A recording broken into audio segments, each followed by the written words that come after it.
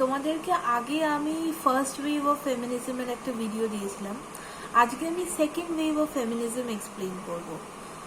Second wave of ফেমিনিজমের time ফ্রেমটা হচ্ছে 1960s-70s থেকে 1990s অবধি। So it is a 30-year period, 30 to 40-year period when actually radical feminist movement, or as we know it, the second wave of feminism surfaced into the western society specifically. এক্ষেত্রে যেরকম আমি first ওয়েভে বলেছিলাম যে কিছু feminist এবং তাদের বইয়ের নাম এবং পাবলিকেশন ডেট মনে রাখা খুব দরকার।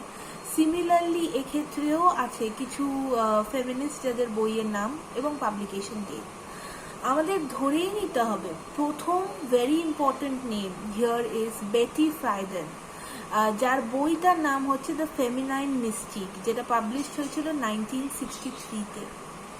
এরপরে আসে কেট মিলেট, যার বইয়ের নাম হচ্ছে সেক্সুয়াল পলিটিক্স, যেটার পাবলিকেশন ডেট 1969-এ। তারপরে জুলিয়েট মিটচেল, যার পাবলিকেশনের নাম হচ্ছে the subjection of women, publication year 1970। R সুলামিত Firestone, যার পাবলিকেশনের নাম হচ্ছে the dialectic of sex, the case for feminist revolution 1970। এই হচ্ছে all the people who are actually these are the notable people who wrote during the time of the second wave of feminism. না, এদের বক্তব্য কি? এদের বক্তব্যটা ছিল যেরকম লিবারাল ফেমিনিস্ট মুভমেন্ট বা ফার্স্ট ওয়েভ অফ ফেমিনিস্ট মুভমেন্টে ডিমান্ডস বা জেনারেল এজেন্ডা ছিল is to gather the right to vote, the right to work, the right to education etcetera. এবার কি হলো, আস্তে আস্তে দেখা গেল যে women are getting educated, they are going for work sometimes, and they are also participating in the democratic elections. But despite of that, there is a huge there's a huge meting out of violence on women. নারীদের প্রতি হিংসাত্মক ব্যবহারের কিন্তু বাড়িতে এবং বাইরে কোনো রকম কোনো অংশে ঘাটতি দেখা গেল না। যে নারী পড়াশোনা করছে, চাকরি করতে বাইরে যাচ্ছে, তখনও কিন্তু তার ওপর হিংসা হচ্ছে, সে রেপড হচ্ছে, মোলেস্টেড হচ্ছে, এবং বাড়িতেও কিন্তু প্রচণ্ডভাবে তাকে ডোমেস্টিক ভায়োলেন্সের একটা প্রবলেম ফেস করতে হচ্ছে। তাহলে এইগুলো করে দেখা গেল যে ফার্স্ট ওয়েভের জন্য যে ভিক্টরিগুলো ছিল, যে women are getting the right to vote etcetera, সেইগুলো তো আলটিমেটলি খুব একটা কার্যকরী হলো না মহিলাদের ইকুয়াল স্টেটাস দেওয়াতে। অর্থাৎ মহিলারা পড়াশোনা করতে পারলেন ঠিকই, তারা কিছু ক্ষেত্রে কাজেও যেতে পারছেন ঠিকই, কিন্তু তারা তো সেই ধরনের একটা কি বলবো সাবস্ট্যান্সিয়াল ইকুয়ালিটি পেলেন না। অর্থাৎ they do not have the equality that was actually demanded. They are somewhere becoming inferior to men. And তো মহিলাদের আক্ষরিক অর্থে কোনো রকম কোনো স্বাধীনতা দেওয়া হলো না, এবং মহিলারা যে সাম্যটা চেয়েছিলেন সেই সাম্য তারা পেলেন না। তারা একটা টোকেন হিসাবে একটা ফর্মাল ইকুয়ালিটি পেলেন, অর্থাৎ কাগজে কলমে তারা ইকুয়াল, ছেলেরাও পড়াশোনা করতে পারে, মহিলারাও মেয়েরাও পড়াশোনা করতে পারে। কিন্তু ছেলে যদি স্কুলে যায় তাহলে বাড়ি ফেরার সময় রেপ্ট হয় না, কিন্তু মেয়ে যদি স্কুলে যায় বাড়ি ফেরার সময় রেপ্ট হয়। ছেলে যদি পড়াশোনা করে তাহলে তাকে বাড়ির কাজ করতে হবে না, আর মেয়ে যদি পড়াশোনা করুক না করুক তাকে বাড়ির কাজ করতে হবে। তো এই যে ইনইকুয়ালিটি, একটা অসাম্য, এই অসাম্যটা তো কোথাও না কোথাও একটা রয়েই গেল। এই আইডিয়া থেকে কিন্তু সেকেন্ড ওয়েভ অফ ফেমিনিজমের জন্ম হয়, এবং সেকেন্ড ওয়েভ অফ ফেমিনিজমের তাই ডিমান্ড হলো গিয়ে অ্যাবলিশন অফ পেট্রিয়ার্কি, পিতৃতন্ত্রের পুরোপুরি ডিমলিশন বা পিতৃতন্ত্রকে নষ্ট করে দেওয়ার জন্য যে জনসাধারণের মধ্যে চেতনার জাগরণ করা দরকার, সেই এজেন্ডা নিয়ে কিন্তু দ্বিতীয় নারীবাদী আন্দোলনের দ্বিতীয় তরঙ্গ উঠে আসলো।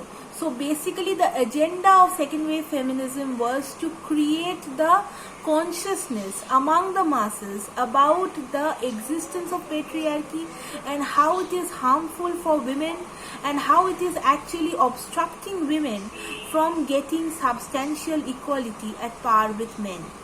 এবং এক্ষেত্রে আমরা কিছু জায়গায় কিন্তু চেঞ্জেস দেখতে পাচ্ছি। প্রথম তরঙ্গ যখন হয়েছিল, তোমরা মনে আছে কিনা জানি না তোমাদের, বাট যখন ফার্স্ট ওয়েভ হয়েছিল, যে ট্যাকটিক্স অফ মুভমেন্টগুলো ছিল, যেমন ধরো নসা বা অ্যালিস বেল, এরা কিন্তু প্রচণ্ডভাবে ওই স্লোগান নিয়ে চেঁচামেচি করতেন, মিছিল করতেন, অর্থাৎ they use to organize parades and walks and they use to shout out slogans.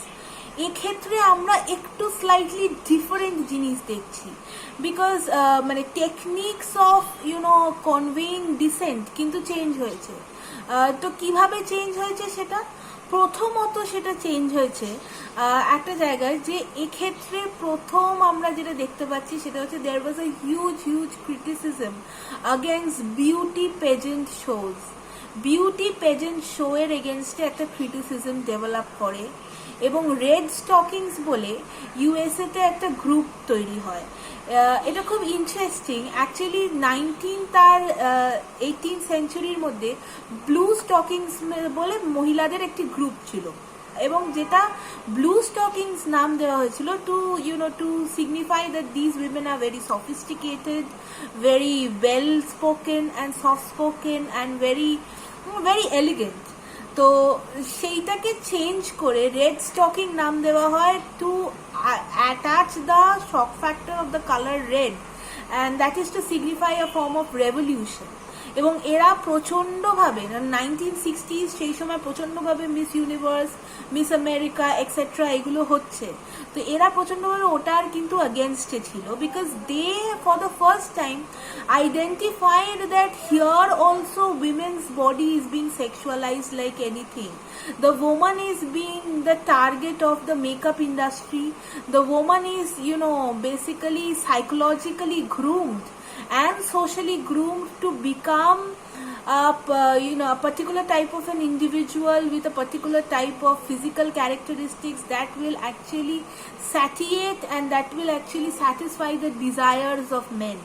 তো এইভাবে যে মহিলারা ফ্যাশনে হাঁটছেন, তারা মনে করতেন যে জন্তু জানোয়ারকে ট্রেনিং দিয়ে এবং একটা বাঘকে বা একটা ভেড়াকে ট্রেনিং দিয়ে সার্কাসে যেভাবে নাচানো হয়, মহিলাদের যখন কোনো রকম কোনো ফ্যাশন শোতে হাঁটানো হয়, সেটাও কিন্তু similar kind of disgrace to the women out there. And that is why what they did is that they went to one pageant show and secretly carried the banners with them and started showing the banners.